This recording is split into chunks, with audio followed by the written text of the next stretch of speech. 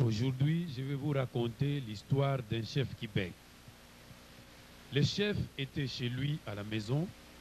Au moment où il se rendait au service, on lui apprenait qu'il est nommé chef en remplacement d'un collègue appelé à d'autres fonctions. Aussitôt, il se précipita et rentra à la maison en vue de préparer un discours. Je dis bien un discours. Aussitôt, il s'est dit, comme je serai présenté, il faudrait que je prépare sérieusement mon discours. Mes chers amis, ça c'est la théorie. Mais la pratique, c'est une autre chose. Il commence son discours. Citoyennes, citoyens, messieurs et madame, je suis très content de vous voir ces jours nombreux dans cette salle. Il est en train d'écrire. Je n'ai pas beaucoup à vous dire. Seulement, je voulais qu'on se voie. N'est-ce pas? Alors, sur ce, je veux que chacun de vous ait la conscience professionnelle. Respectez le travail, car ce dernier est notre gagne-pain à tous. Sans lui, on ne pourra pas vivre. Pour terminer, je veux que vous m'aidiez dans cette lourde tâche et moi je ferai de même à votre égard. Je vous remercie. Ça, il était en train d'écrire. Maintenant, il a dit, maintenant je vais lire ce que j'ai écrit. Il commence. Si et si, et citoyenne,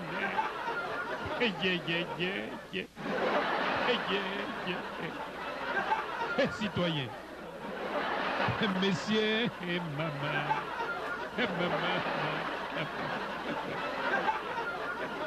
et madame, je suis très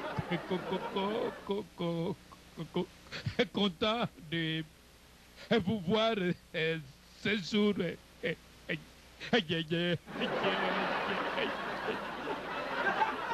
Nombreux dans cette salle.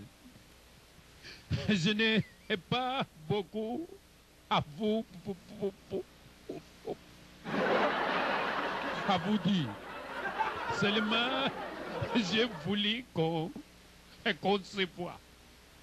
N'est-ce pas? Ah oui. Alors, sur ce, je veux que vous, que chacun de vous ait la conscience professionnelle. Respectez le travail, car ce dernier est notre gagne-pain à tous. Sans lui, on ne pourra pas vivre. Pour terminer, je veux que vous m'aidiez dans cette lourde tâche et moi je ferai de même à votre égard. Et je vous remercie. Le matin, dans la salle, les gens étaient venus très nombreux pour écouter le nouveau patron. Les travailleurs commençaient déjà l'animation. Vraiment, c'était terrible. C'était terrible.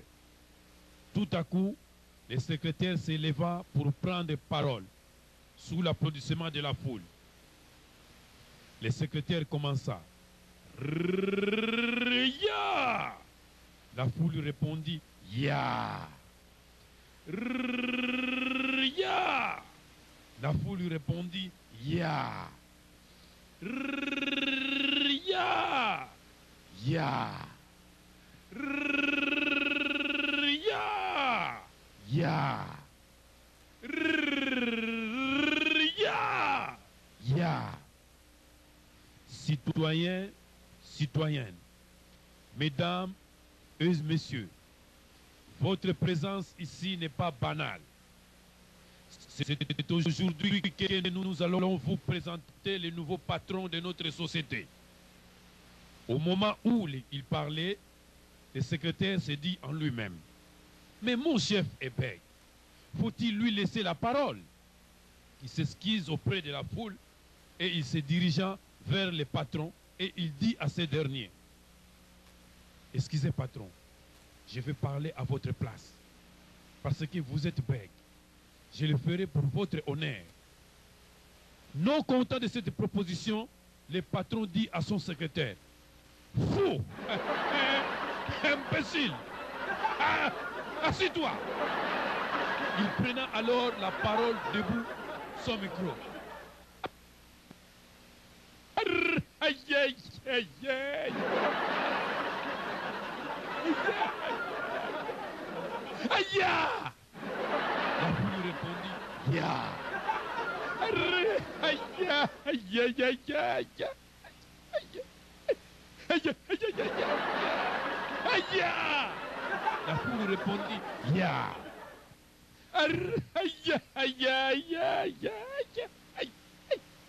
Aïe, aïe, aïe, aïe. La foule répondit, ya. Si, citoyenne, citoyen, mesdames,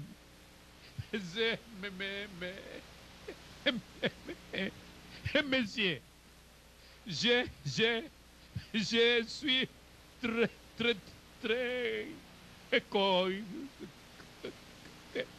content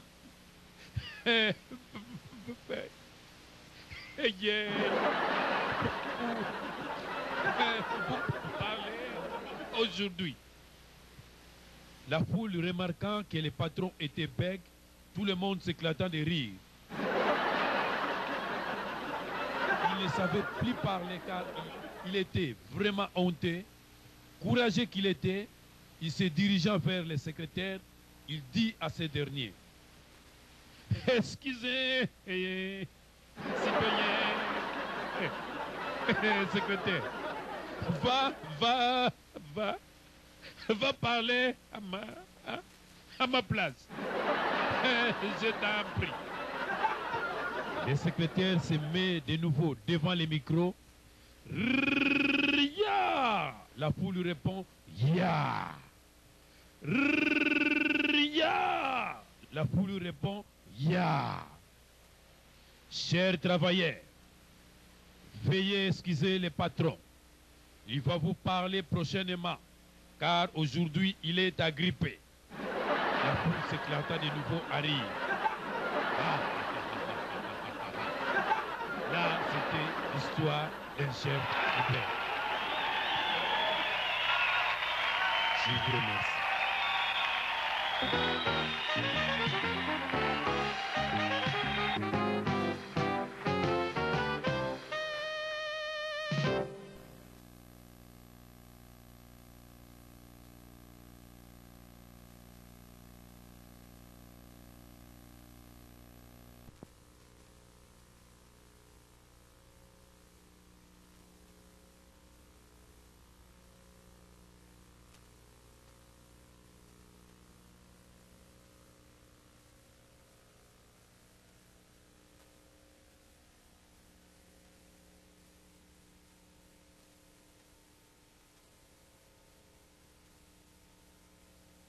Lelo oyo baninga titre na yango ezali vieux kongi.